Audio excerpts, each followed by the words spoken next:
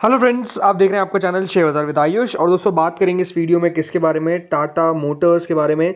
दोस्तों कंपनी के आ चुके हैं चौथी तिमाही के नतीजे और किस तरीके के नतीजे हैं इसी के बारे में इस वीडियो में हम विश्लेषण करेंगे। तो आप लोग देखिएगा वीडियो को पूरा ज़रूर। लेकिन उससे पहले अभी तक दोस्तों अगर आप चैनल को सब्सक्राइब नहीं किया है तो एक छोटी दरख्वास्त है, चैनल को सबसे पहले आप लोग सब्सक्राइब कर लीजिएगा।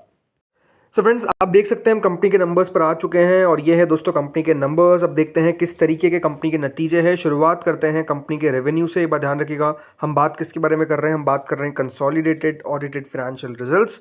और जो नंबर्स है, जो फिगर्स है वो करोड़ में ही है, तो ये बात ध्यान रखिएगा, करोड़ में ही हम बात करने वाले हैं। तो रेवेन्यू से दोस्तों शुरुआत करते हैं। कंपनी का कितना टोटल रेवेन्यू देखने को मिला है। तो रेवेन्यू याद रखिएगा दो प्रकार के हैं, पहला है रेवेन्यू और दूसरा है अदर ऑपरेटिंग रेवेन्यू। तो दोनों को मिलाकर ही हम बात कर लेते हैं। तो देखिए लास्ट ईयर तक कंपनी ने सेम क्वार्टर में करीबन 1,19,033 करोड़ के आसपास का ओवरऑल दोस्तों टोटल रेवेन्यू जो था वो कमाया था। इस बार दोस्तों बढ़कर 1,19,503 करोड़ तक हमको जाता हुआ देखने को मिला है। यानी ओवरऑल अगर आप देखेंगे तो कंपनी का रेवेन्यू जो है वो साल भर साल आपको ज़रूर बढ़ता हुआ देखने को मिला है, भली छोटी सी ही बढ़त क्यों ना हो, बट 503 करोड़ पर आता हुआ देखने को मिला है, जो पहले 33 करोड़ था। यानी 1,19,033 करोड़ था, अब वो बढ़कर 1,19,503 करोड़ हो चुका है। तो ऐसा नहीं कि बहुत बड़ी जंप है, बट ओवरऑल एक छोटी सी जंप आपको देखने को मिली है। वहीं दोस्तों जो इसका प्रीवियस क्वार्टर था वहाँ पर कंपनी ने 1,12,608 करोड़ का याद रखिएगा रेवेन्यू रिपोर्ट किया था, वो बढ़कर 1,19,000 करोड़ हो चुका है। तो क्यू ऑन क्यू तो अगर आप देखेंगे जंप आपको साफ साफ नज़र आ जाती है। इसके बाद दोस्तों कंपनी की टोटल इनकम होती है, टोटल इनकम में अदर इनकम का भी सेगमेंट जुड़ जाता है। तो टोटल इनकम कितनी है, टोटल इनकम दोस्तों कंपनी की 1,20,430 करोड़ थी, वो बढ़कर 1,21,000 करोड़ हो चुकी है। वहीं इससे प्रीवियस क्वार्टर में 1,14,334 करोड़ थी।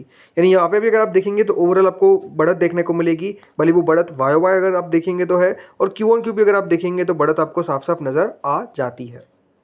अब आते हैं दोस्तों कंपनी के मुनाफे के ऊपर कि कंपनी का मुनाफा कितना रहता हुआ देखने को मिला है। तो अब यहाँ पर बहुत इंपॉर्टेंट डेटा आता है।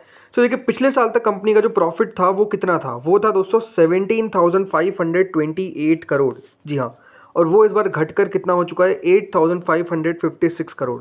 यानी ओवरऑल दोस्तों कंपनी का प्रॉफिट अगर आप देखेंगे तो वो मोर देन 50% डिक्लाइन करता हुआ नजर आ चुका है पिछले साल से। पिछले साल तक प्रॉफिट था 17,528 करोड़ का, तो इस बार वो सिर्फ 8,556 करोड़ का रह गया। बट ऐसा क्यों हुआ, सबसे बड़ा सवाल तो ये है। तो इसके पीछे का दोस्तों एक रीज़न है जो आपको समझ में आना चाहिए। हो सकता है कि ज़्यादा लोग बताए नहीं, लेकिन आपको मैं वो बताता हूँ कि इसके पीछे का रीज़न क्या है। तो ये बात ध्यान रखिएगा, लास्ट बार हुआ क्या था कि कंपनी को दोस्तों जो टैक्स था वो क्रेडिट हुआ था। अब ये बात ध्यान रखिएगा, टैक्स एक्सपेंस में कभी कभार जो टैक्स है वो क्रेडिट भी हो जाता है। तो हुआ क्या था दोस्तों, पिछले साल जो कंपनी का टैक्स था, और हम बात किसके बारे में कर रहे हैं, डिफर्ड टैक्स के बारे में। ये जो डिफर्ड टैक्स था दोस्तों कंपनी को पिछली बार क्रेडिट हो गया था, और क्रेडिट कितना हुआ था, 9,538 करोड़। अब हमेशा एक बात ध्यान रखिए, क्रेडिट जो है वो वन ऑफ होता है, यानी बार बार आपको देखने को नहीं मिलता है। तो उस वन ऑफ के कारण हुआ क्या था दोस्तों, जो कंपनी का प्रॉफिट था उसमें इस प्रकार का बड़ा उछाल देखने को मिल गया कि जो मुनाफा था वो सीधा दोस्तों 17,673 करोड़ तक पहुंच गया। लेकिन इस बार क्या हुआ, इस बार कोई दोस्तों टैक्स डिफर्ड नहीं हुआ, जो डिफर्ड टैक्स था वो कोई क्रेडिट नहीं हुआ। इसके अलावा इस बार जो डिफर्ड टैक्स था वो करीबन 1,421 करोड़ लगा। तो आप समझिए जो पिछली बार क्रेडिट हुआ वो इस बार तो लगता हुआ नजर आया। इसके कारण दोस्तों जो कंपनी का मुनाफा था लास्ट बार वो इतना बड़ा जंप दिखाता है, लेकिन इस बार वो कोई डिफर्ड टैक्स क्रेडिट नहीं हुआ, इसलिए कंपनी का मुनाफा इस तरीके से। तो अगर आप सोच रहे कि कंपनी का मुनाफा भारी तरीके से कम हो चुका है, ऐसा नहीं है। ये एक वन ऑफ इवेंट के कारण दोस्तों जो कंपनी का प्रॉफिट था वो इस तरीके से बढ़ा था। वहीं इससे जो प्रीवियस क्वार्टर में कंपनी का प्रॉफिट है वो आप देखिए 5,485 करोड़ है, लेकिन वो बढ़कर कितना हो चुका है, 8,556 करोड़। यानी यहाँ पर भी अगर आप ओवरऑल देखेंगे तो जंप नजर आती है। वहीं अब बात करते हैं दोस्तों कंपनी के अर्निंग पर शेयर पे, ईपीएस कितना रहता हुआ देखने को मिला है। तो लाजिब सी बात है कि देखिए जो कंपनी का मुनाफा है वो क्योंकि बढ़ता हुआ नजर आया था इतना ज़्यादा, तो कंपनी का ईपीएस भी बढ़ गया, 45.42 के आसपास ईपीएस हो गया। वो इस बार कितना रहा, 23.40। वहीं इससे प्रीवियस में कितना था, 14.75।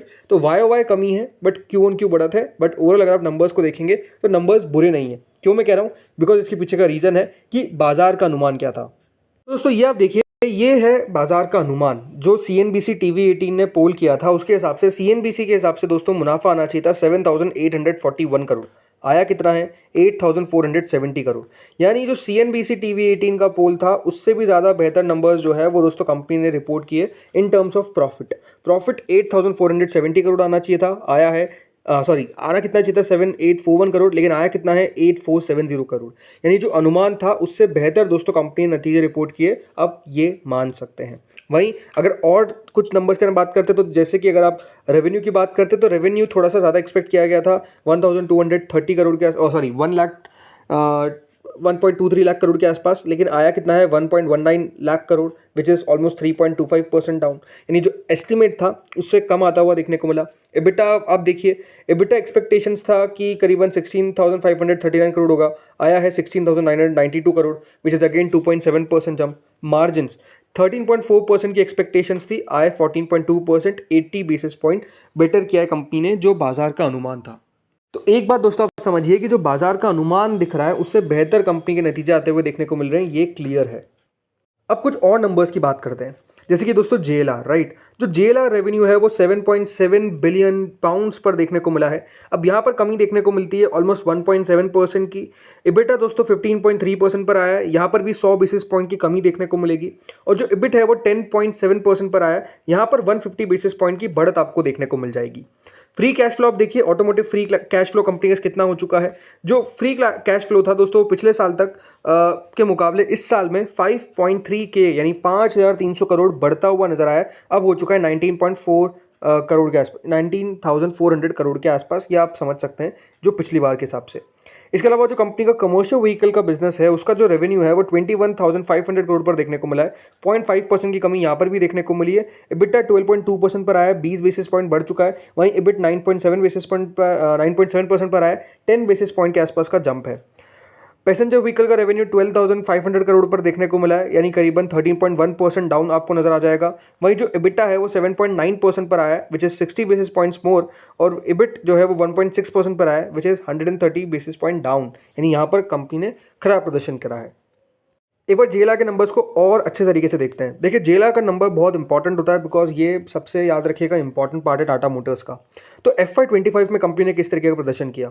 FY25 में कंपनी ने सबसे पहले तो अगर हम बात करते हैं रेवेन्यू की तो याद रखिएगा 28,961 मिलियन पाउंड्स का याद रखिएगा कंपनी का रेवेन्यू होता हुआ नजर आया, विच इज़ ऑलमोस्ट 0.1% आपको कम देखने को मिलेगा पिछले साल के हिसाब से। वहीं जो इनका इबिटा परसेंट है वो 14.3% पर आया है, ये भी 160 बेसिस पॉइंट कमी के साथ है।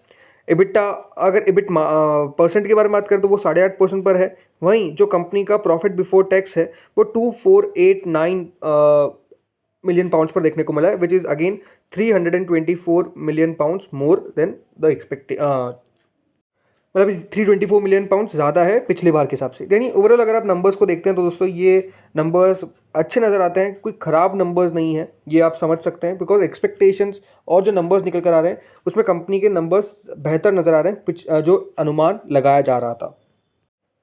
इसके अलावा दोस्तों एक और चीज़ करी गई है, एक और चीज़ क्या है, जी हाँ, डिविडेंड का अनाउंसमेंट किया है। इस बार दोस्तों टाटा मोटर्स जो है वो 6 रुपये प्रति शेयर का डिविडेंड अपने शेयर होल्डर्स को देता हुआ नजर आएगा, यानी 6 रुपये का डिविडेंड दोस्तों मिलता हुआ नजर आने वाला है। कंपनी ने ये भी बताया है जेएलआर के बारे में, और जैसे कि देखिए 10th कॉन्जिक्यूटिव क्वार्टर रहता हुआ देखने को मिला है जहाँ पे कंपनी मुनाफे में है। नेट कैश पॉजिटिव टारगेट जो है वो कंपनी ने अचीव कर लिया है। कंपनी एक्सपेक्ट कर रही है कि जो इन्वेस्टमेंट स्पेंड है यानी कंपनी कितना खर्चा करेगी वो ऑलमोस्ट 18 बिलियन पाउंड्स पर रह सकता है अगले 5 सालों के अंदर।